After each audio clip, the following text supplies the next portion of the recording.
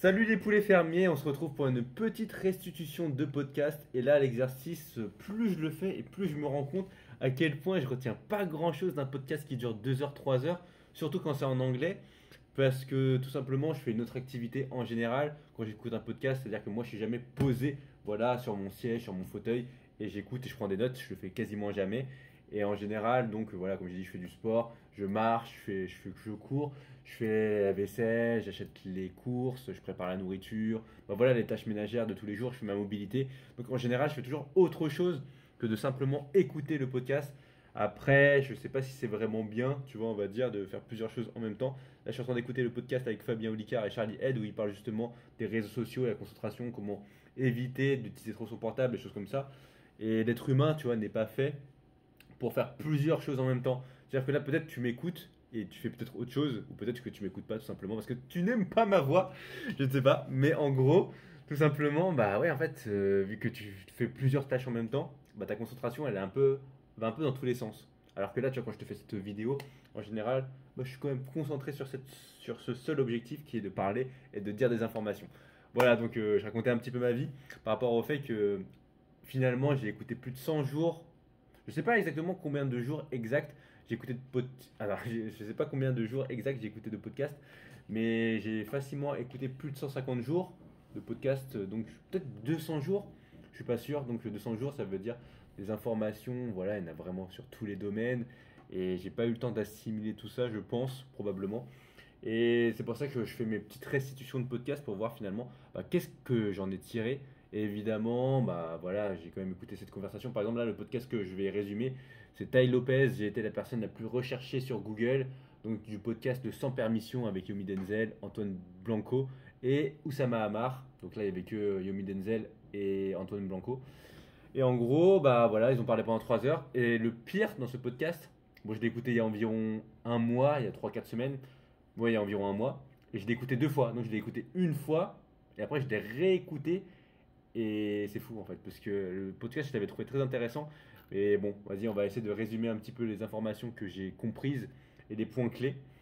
Donc en gros, bah voilà, Yomi Denzel, bon, je le présente pas, on s'en fout. On s'en fout de sa life. Désolé, Yomi.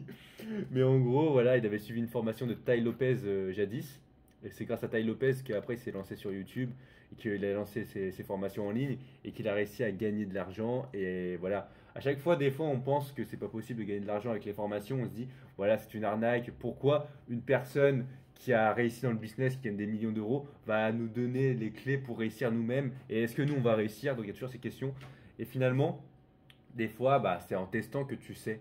Donc c'est comme pour le sport, des fois on se dit, par exemple, bah voilà, ce mec-là, il a un niveau inatteignable, j'arriverai jamais à l'atteindre. Et quand toi tu fais le sport et que tu mets les tactiques en place pour justement atteindre ce niveau, bah voilà. Moi je sais que tu vois, j'ai un bon niveau en sport par exemple, mais il y a plein de gens qui, s'ils ont une meilleure génétique, s'ils sont plus réguliers, bah ils m'éclateront facilement en sport. Bon, facilement, pas forcément sûr, mais ils seront plus forts que moi, tu vois. Et là c'est pareil un peu avec le business, c'est-à-dire que tu vois, t'as réussi, le mec il a réussi, Tai Lopez, et finalement après il donne son savoir en formation. Moi je sais pas combien ça coûte, mais des fois il y a des promos et tout. Bon, on va dire ça coûte des centaines d'euros, ou un petit millier d'euros, ou plusieurs milliers d'euros. Et après il y en a qui s'appliquent vraiment à la lettre. Des fois ça marche, des fois ça marche pas, ça dépend aussi de ta chance. Mais pour Yomi ça a marché en tout cas. Et donc après il a pu rencontrer son idole, on va dire, entre parenthèses. Et il a même pu tourner un podcast avec lui plusieurs années plus tard, qui est le 21 avril 2024. Donc voilà, il a eu un grand impact Tai sur Yomi, tout simplement. Et qu'est-ce que ferait Tai pour changer l'éducation? Tai, ça me perturbe parce que ça me fait penser au personnage de Digimon, là. Je crois qu'il s'appelle Tai, le héros, Taichi, mais bref, on s'en fout un peu. Donc en gros, alors le système éducatif, l'importance des compétences sociales. Bon, moi de toute façon, par rapport à l'éducation nationale, par rapport à l'école, il y a plein de choses à changer. Franchement, ils t'apprennent des choses qui ne servent à rien. Ils t'apprennent des... Bon, ça sert pas vraiment à rien, mais globalement, moi, de ce que j'ai retenu de l'école, j'ai pas retenu grand-chose, hein. J'ai fait, bah voilà, comme tout le monde, hein, maternelle, primaire, collège, lycée, et j'ai pas retenu des formules mathématiques. Bon, a carré plus b carré plus égal à b carré, bon, les trucs comme ça de Pythagore, Thalès, les parallèles et tout, bon, tu vois, je sais ça ressemble à quoi, mais je m'en fous un peu, tu vois, tu l'utilises jamais dans la vraie vie. Et donc, c'est vrai que justement, bah, c'est ce qu'il avait dit, c'était l'importance des compétences sociales. Il avait dit par exemple, bah voilà, laisser les enfants courir, pas les restreindre, interagir avec eux. Et il faut qu'ils interagissent entre eux aussi. Et voilà, c'est plus important que mémoriser, on va dire, des dates, des choses comme ça. Et aussi apprendre aux enfants de comment faire de l'argent. Voilà, tu vois. Ça, c'est vrai qu'on n'a jamais appris ça à l'école. C'est-à-dire que, imagine, il y a un cours, on te dit, bah voilà, comment faire de l'argent. Et il n'y a jamais eu ce cours, franchement, en cours. Et ça aurait été trop bien d'avoir un cours, bah voilà, peut-être comment tu crées une entreprise, comment tu peux essayer d'avoir des clients, comment ça marche le marketing, comment essayer de changer ta mentalité. Tu vois, plein de trucs vraiment trop importants et t'as pas appris ça à l'école, quoi. Apprendre à lire les gens, ça c'est vrai aussi, hein. Tu vas apprendre à lire les gens quand tu vois une personne, bah, tu dois être capable normalement de voir à son expression. Regarde, là je te fais des expressions du visage neutres.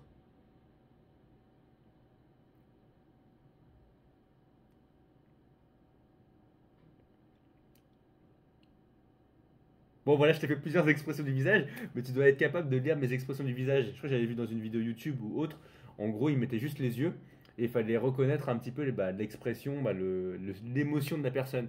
Et ça, c'est très dur à faire, hein, mais moi j'ai essayé de le faire et bon, j'ai pas trouvé le test sur internet, c'est dommage, mais j'aurais aimé le faire. Et c'est pas facile, hein, franchement, de lire juste à travers les yeux l'émotion des gens, quoi. Donc ça devrait être très important. Apprendre à lire si les gens c'est des narcissiques, des choses comme ça. Et aussi, tu as des questions importantes. Qui devrait être ton business partenaire, c'est-à-dire que, bah, en gros, vraiment, qui est ton entourage proche et les choisir, ou qui devrait être ta femme, tu vois, c'est des trucs vraiment très importants, ça, parce que ta femme, évidemment, bah, ou ton conjoint, ou peu importe, ou l'extraterrestre avec qui tu vas te marier, bah, tout simplement, c'est la personne la plus importante de ta vie. Parce que bon, tu vis avec toi-même, évidemment, mais après, bah, peut-être tu vas construire une famille avec la personne, et peut-être que tu vas vivre 40 ans, 50 ans avec. Bon, peut-être tu vas divorcer, j'en sais rien. Mais en tout cas, normalement, tu devrais vivre plus ou moins longtemps avec ton homme ou ta femme, normalement. Et donc, bah, évidemment, il y en a, ils vont choisir un peu au pif, comme ça, voilà, la première venue. Mais c'est des choix très cruciaux. Et après, de toute façon, par rapport à la vie, on évolue aussi dans nos réflexions, dans nos manières d'être, etc., etc. Et on est plus ou moins heureux en fonction de ce qui se passe dans notre vie. Voilà, si tu es au chômage, en général, tu ne seras pas forcément heureux. Si tu gagnes pas d'argent, voilà, tu ne seras pas forcément très heureux, des trucs comme ça. Si tu es dans une routine, peut-être tu ne seras pas heureux, tu seras heureux. Bon, bref, il y a plein de choses qui peuvent se passer. Et ouais, switcher vers la psychologie et la prise de parole en public. Donc là aussi, hein, tu vois, pour apprendre aux enfants la psychologie, comprendre l'autre, les choses comme ça, comprendre comment fonctionne le cerveau, pourquoi on s'ennuie, pourquoi on procrastine, comprendre, trouver les méthodes pour éviter de procrastiner, travailler efficacement, apprendre à apprendre, tout simplement. Voilà, par exemple, faire des vidéos, tu vois. Je te dis faire des vidéos, je veux pas dire que c'est la vie, mais c'est un truc trop bien. Tu vois, ça te permet de t'exprimer, de mieux organiser tes pensées et de voir aussi si tu comprends les choses. Encore une fois, en fait, si j'avais pas fait ce format de vidéo là pour résumer les podcasts, en fait, je saurais pas si j'avais compris les podcasts. Et je pense pas avoir vraiment bien compris. Et encore une fois, voilà, c'est se forcer à faire des trucs que t'aimes pas forcément aussi. Et la prise de parole en public. Bon, là, c'est pas une prise de parole en public, ce que je suis en train de te faire. Mais voilà, je m'expose devant le monde entier. Même si évidemment le monde entier ne va pas regarder ma vidéo, évidemment. Mais voilà, s'exposer en public, c'est-à-dire prendre la parole, faire de l'improvisation du théâtre, des choses comme ça. Donc il y a tellement de choses à retravailler par rapport au système scolaire.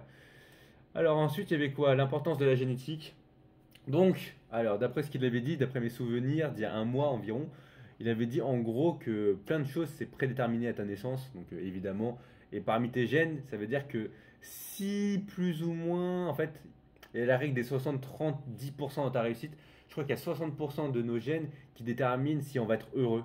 Bon là tu vas me dire que c'est un peu du bullshit ou je sais pas quoi, parce qu'on peut on peut choisir notre vie avec les décisions qu'on fait au quotidien, comme moi en ce moment je suis en train de te faire la vidéo, mais imagine j'étais né au 19e siècle, le portable n'existerait pas. Et si j'étais né dans un autre pays, bah peut-être que je pourrais pas utiliser le portable. Et si j'étais né encore dans un autre pays où justement il y a de la censure ou je ne sais quoi, bah je pourrais pas utiliser mon portable pour balancer des informations. Donc encore une fois, ça dépend de où tu vis.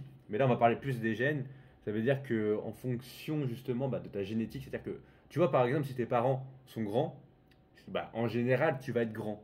Tu vois, ça c'est la génétique. Voilà, bon après il y a des cas exceptionnels, mais en général tu fais un petit pourcentage de ça, on va dire, bah, tu remarques que cette variante est plus ou moins correcte. Et donc là, c'est pareil avec la génétique, c'est-à-dire que je pense que ce qu'il avait dit en gros, c'est que si tes parents ont des gènes qui te. En fait, ça dépend aussi des hormones, des trucs comme ça. Mais si toi, tu es heureux ou dépressif, il y en a, ils sont nés heureux ou dépressifs. Tu vois, c'est comme certaines personnes, ils sont nés avec des pathologies, c'est des psychopathes, ils n'arrivent pas à lire les émotions, ils sont très intelligents et tout. Et il y a, en fait, dans la génétique, il y a un gros pourcentage qui va déterminer si tu vas être heureux ou pas. Il avait donné un exemple, par exemple, justement, avec des personnes, tu vois, qui ont tout pour être heureux, c'est-à-dire qu'ils ont une famille, j'allais dire, ils ont une cuillère en or, mais voilà, ils ont pu vivre assez paisiblement. Et il y en a dans cette famille, ils vont se suicider. Tu vois, il y en a, ils vont se suicider, tu sais pas pourquoi.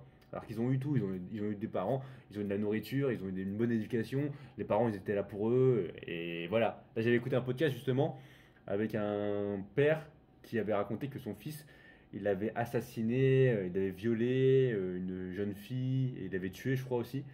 Moi je dis ça au calme, hein, je m'en fous. Bah moi je m'en fous parce que je connais pas la fille, et voilà, ça m'impacte pas moi-même cette histoire, donc je m'en fous un peu quoi. Mais en gros, bah voilà, tu vois, bon, l'enfant, on sentait pas que c'était un psychopathe ou qu'il avait un problème psychique. Tu vois, dans la vie de tous les jours, bah, son père n'a pas senti. Et d'un coup, en fait, il a tué des gens, quoi. C'est pas marrant, mais voilà, tu vois, donc encore une fois. Et des fois aussi, je crois que j'avais vu dans des podcasts, c'est au cours de ta vie, tu peux avoir des troubles qui peuvent apparaître, tu vois, qui sont liés à des maladies, des malformations de ton cerveau, je sais pas quoi. Donc bref, il y a plein de choses qui se jouent dès la naissance, et c'est ce qu'il voulait dire dans la règle des 60% à partir de nos gènes. Donc il y a plein de choses qui vont faire qu'on va être plus ou moins heureux. Et il y a des personnes aussi, bah, ils vont connaître la misère, ils vont pas avoir d'argent, de quoi manger, ils vont vivre avec une famille pourrie, je sais pas, avec des pères avec des pères, avec des parents qui les tapent, etc. Mais après ils vont réussir à se relever. Et là encore une fois, en fait c'est ta manière, en fait c'est outrinsèque à toi, en fait c'est intrinsèque à toi. C'est-à-dire que tu peux pas choisir ça, en fait il y en a ils sont nés forts, il y en a ils sont nés dépressifs, il y en a ils sont nés heureux.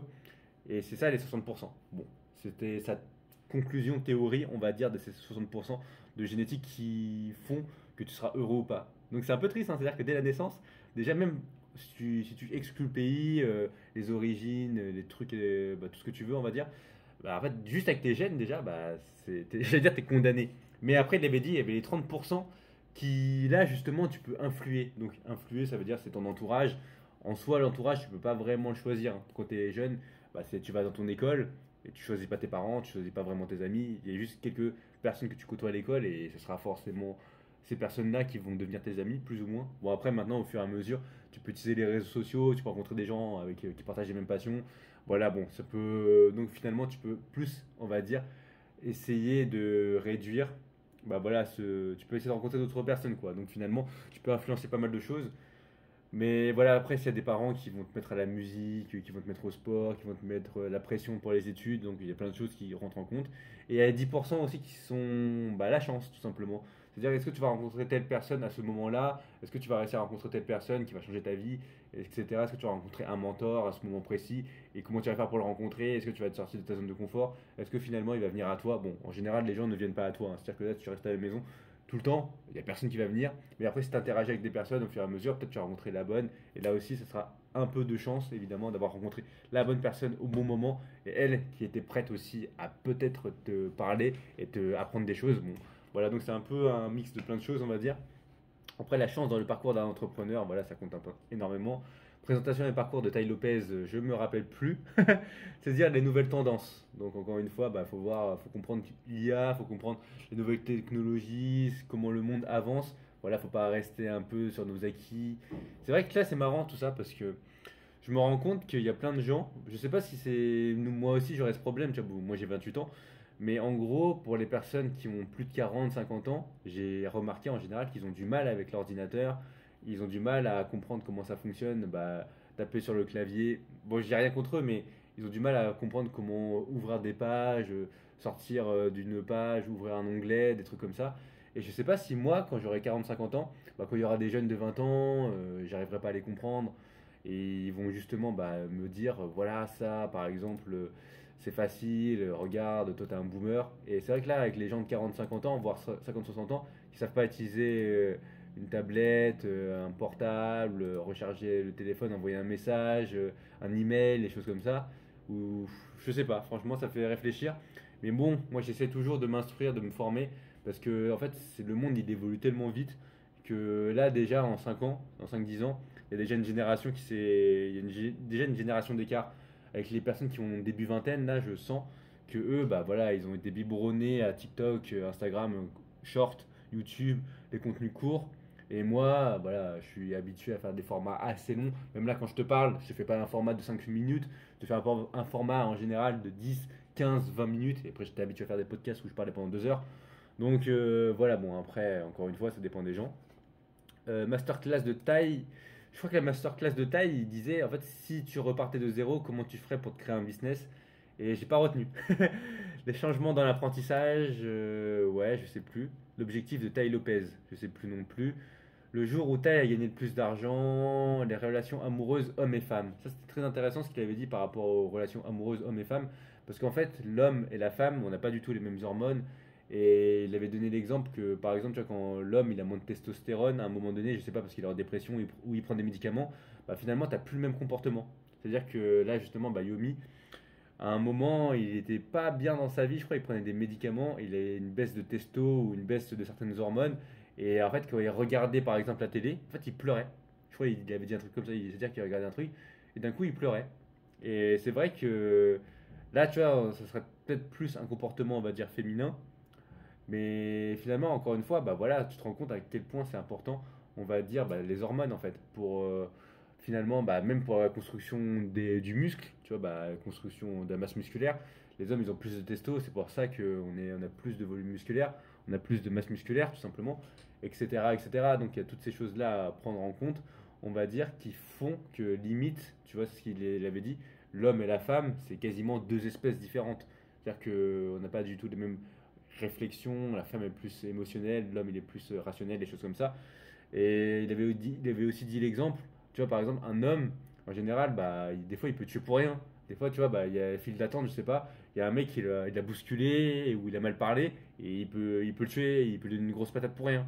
Et une femme, bah, ne fera jamais ça, tu vois. Bon, après, peut-être qu'il y a aussi la différence de physique, parce qu'un homme, voilà, il est plus costaud qu'une femme, etc. Bon, bref, il y a plein de trucs à prendre en compte. Mais en tout cas, ce serait intéressant. Moi, j'aurais bien aimé, je me suis dit un jour, bah, être une femme. Tu vois, je sais pas pourquoi, mais en gros, tu vois, comme dans Ranma 1,5, tu vois, bah, Ranma 1,5, en gros, bah, Ranma, c'est un mec, et quand il se reçoit de l'eau froide, il devient une fille, il se transforme en fille.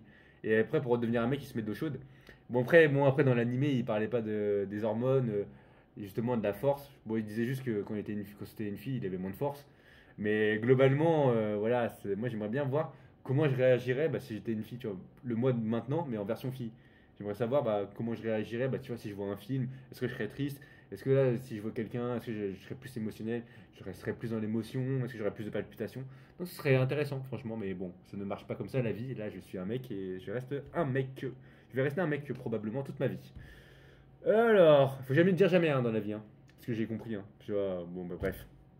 Mais l'importance de la santé, conseil de santé de taille. Donc ça c'était intéressant aussi, c'est que lui il avait dit que dans la vie de tous les jours, il fallait faire au moins 3 heures d'activité physique. Donc 3 heures d'activité physique, ça veut dire, je vais te donner un exemple, ça veut dire quoi? Ça veut dire qu'en gros tu fais une grosse heure de sport, plus ou moins, et après tu fais bah, 1 heure et demie de marche, après tu fais, je sais pas, ton yoga et ta mobilité, donc là on a environ 3 heures, et tout le long de la journée, bah, tu dois faire tes 10 000 pas. Donc voilà les 10 000 pas très très reconnus et répandus pour justement bah, voilà, réfléchir, s'aérer l'esprit et justement en marchant dehors, ça te permet de trouver des idées, d'écouter des podcasts, de réfléchir, voilà, de un peu être plus lent et d'être créatif on va dire. Et justement bah, l'être humain il est fait pour bouger, il n'est pas fait pour rester sur une chaise comme je suis en train de le faire en ce moment. Justement, après d'avoir tourné cette vidéo, bah, je vais me dégourdir un peu les jambes. Je vais être en deep squat, donc squat profond. Je vais faire des mouvements, hop, un peu d'épaule pour bouger un petit peu les articulations de l'épaule et tout. Donc voilà, bref, je vais bouger un petit peu après cette vidéo. Mais en gros, voilà, si tu peux pas bouger 3 heures dans la journée, bah c'est pas grave. Au moins, essaie de bouger 1 ou 2 heures. Mais c'est ce qu'il a dit, c'est le mieux, c'est vraiment de bouger en continu.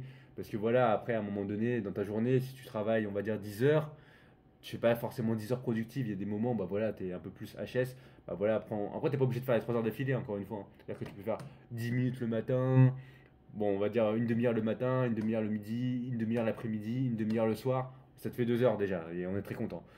Et donc, en gros, bah voilà, c'est de bouger le plus possible, et aussi l'importance du sommeil, évidemment, voilà, de dormir 7 heures environ, et d'avoir du sommeil profond de qualité. Voilà, parce qu'après, des fois, tu peux dormir un peu moins, mais si t'as un sommeil profond de qualité, c'est le plus important pour vraiment réparer tes tissus, pour la mémoire, pour trier les informations, les choses comme ça.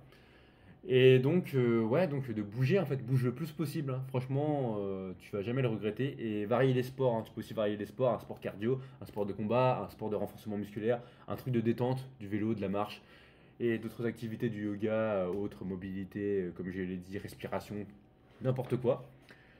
Après, il y avait une petite analyse de personnalité, c'était marrant aussi. Et en gros, l'analyse de personnalité, c'était intéressant parce qu'en gros, on essaye de, comment dire, d'être avec des personnes qui nous ressemblent. C'est-à-dire que si tu es un mec assez sportif en général, tu vas essayer d'être avec des gens sportifs qui te ressemblent dans ce domaine. Ou si tu as un mec qui a de l'ambition, tu vas essayer de t'entourer avec des personnes qui ont de l'ambition. Encore une fois, l'entourage est très important parce que si tu t'entoures de personnes bah, qui te tirent vers le bas, bah, toi-même, tu vas être tiré vers le bas. Tu vois, c'est logique. J'avais écouté ça dans le podcast Extraterrien avec Bart qui le présente. Il avait mis sa main à couper que tu vois, si tu mets un sportif de haut niveau dans un environnement avec des mecs, je sais pas, bourrés, qui boivent beaucoup, qui font la fête, qui dorment à pas d'heure, qui se droguent, qui font n'importe quoi, qui mangent n'importe quoi. En fait, le fait d'être toujours avec ces personnes-là pendant un mois, bah, ça va influer forcément sur comment toi tu vois les choses. Parce que tu vois, dans le sport de haut niveau par exemple, tout simplement, bah, les personnes, ils ont un entourage de ouf. C'est-à-dire qu'ils ont un coach préparateur mental, ils ont un coach technique, ils ont un coach physique, ils ont un dékiné, voilà, ils ont une équipe derrière eux de masseurs ou je ne sais quoi. Et en fait, ils s'entraînent aussi avec des personnes ultra déter. Et s'ils s'entraînent pas, après ils perdent. Donc encore une fois, là, c'est l'entourage, c'est ultra important. Après, le business de plaques d'immatriculation à Dubaï, j'ai oublié. Les théories du complot, j'ai oublié. Les extraterrestres, j'ai oublié. Comment repartir de zéro, j'ai oublié. Andrew Tate, j'ai un peu zappé. Et Ty décrit la personnalité de Yomi et Antoine. Donc, globalement, c'est ce que j'ai retenu du podcast, plus ou moins. Voilà, donc j'essaie de lire un peu mes notes. Ah oui, il y avait une information très importante aussi. C'était lire plus et plus varié. Donc en gros, bah voilà, si tu veux vraiment cultiver un petit peu ton cerveau, c'est très important la lecture parce qu'avec la lecture, bah voilà, en fait, tu peux avoir accès au plus gros cerveau je vais dire gratuitement, mais en payant un petit billet quoi. Un petit billet de 5 ou un billet de 10. Et si tu achètes en promo, tu peux même l'acheter à 2-3 euros. Et si tu vas à la brocante, tu peux même l'avoir gratuitement. Voilà, tu vois, à la fin d'après-midi, tu peux avoir des livres gratuits parce que les gens veulent se débarrasser de leurs livres. Donc vraiment je veux dire, pour un petit kebab, on va dire, ou une petite pizza, voilà, tu peux avoir des connaissances de personnes qui ont travaillé 50 ans, 60 ans dans un domaine, et là, ils te le donnent gratuitement. Et c'est ce qu'il avait dit, c'est que les plus grands hommes lisent en général 2 livres par jour. Et aussi, tout simplement, c'est que, bah voilà, en fait, justement, en t'inspirant des meilleurs, en fait, dans la vie, est-ce que tu veux t'inspirer des nuls ou des gens lambda? Non, en fait, tu veux t'inspirer des meilleurs. Bon, en tout cas, moi, de mon point de vue, si je fais un sport, je fais une activité, j'essaie de m'inspirer du meilleur. Tu vois, je peux pas m'inspirer du SDF qui s'appelle, je sais pas, on va l'appeler François le SDF. Je sais pas, ok, peut-être sa vie, son parcours, ça m'intéresse, mais j'ai pas envie d'être comme lui. Tu vois, j'ai pas envie d'être un mec qui mendie dans la rue, même s'il a probablement eu une vie avant, évidemment. Mais voilà, moi je préfère être un mec comme Warren Buffett, Roger Federer, des sportifs de haut niveau par exemple, ou des mecs qui ont réussi sur YouTube, créateurs de contenu, ou je sais pas quoi. Voilà, comme Eric Flag ou d'autres mecs comme ça. Mazinga dans le sport, auto-entrepreneur, Mathias, voilà, Elio et tout. Plein de gens que je suis à travers des podcasteurs, Rich Roll, Joe Rogan, bon bref, plein de mecs comme ça. Et en fait, bah, ils ont écrit des livres et lisent le livre et après, ils donnent souvent des conseils et appliquent leurs conseils en fait. Et c'est là que tu vas progresser. Et après, c'est aussi très important ce qu'il avait dit dans le podcast, c'est de multiplier les mentors. Donc, pour chaque expertise, il faut avoir plusieurs mentors. Et il avait aussi dit d'avoir une mixité des mentors, pas forcément avoir que des mecs en mentor, mais aussi d'avoir un peu voilà, des femmes. C'est-à-dire que par exemple, tu as 10 mentors, bah, essaie d'avoir 5 hommes, 5 femmes pour avoir une diversité dans la réflexion et pas juste te dire, bah en fait, ouais, t'écoutes 10 hommes quoi. En fait, c'est important aussi d'écouter des femmes. Moi, par exemple, dans les podcasts que j'écoute des femmes aussi. Tu vois, j'écoute énormément, énormément. J'écoute, ouais, j'écoute plus d'hommes quand même, hein. Mais j'écoute par exemple Power, donc c'est Louise Aubéry, donc c'est une jeune, c'est une jeune. Mais en gros, voilà, elle interviewe souvent des femmes, et elle-même c'est une femme, et voilà, après j'écoute Bliss Stories, ça c'est des mamans qui racontent leurs histoires. J'ai écouté Le Gratin avec Pauline Legnaud, après il y avait L'Art d'échouer, je sais plus quoi, c'était une femme qui présentait. Donc voilà, tu vois, j'ai écouté des podcasts avec des femmes qui parlaient, et il y avait des invités des fois aussi dans les podcasts que j'écoute, c'est des femmes. Donc voilà, j'écoute pas que des hommes, même si j'écoute plus en majorité d'hommes. Bon, j'ai pas fait un calcul, mais je pense que je dois être à 70% d'hommes, 30% de femmes en écoute. Je sais pas, après c'est peut-être pas précis ce que je dis, hein, peut-être c'est un peu au pif, hein. Mais voilà, donc il faut avoir plusieurs mentors dans chaque domaine dans notre vie. Par exemple, dans le business, bah voilà, tu essaies de suivre 3-4 mentors, 3-4 mentors. En santé, Tu essaies de suivre trois quatre mentors, trois quatre mentors. Après, je sais pas, dans le sport, voilà, tu essaies de suivre trois quatre mentors. Conseil de vie, voilà, tu essaies de suivre trois quatre mecs. Cuisine, trois quatre mecs. Bon, un peu dans tous les domaines que tu veux. Mais voilà, choisis pas des mecs au pif. Et comme j'ai dit, bah voilà, je suis les meilleurs en général. Et c'était à peu près tout ce que j'ai retenu.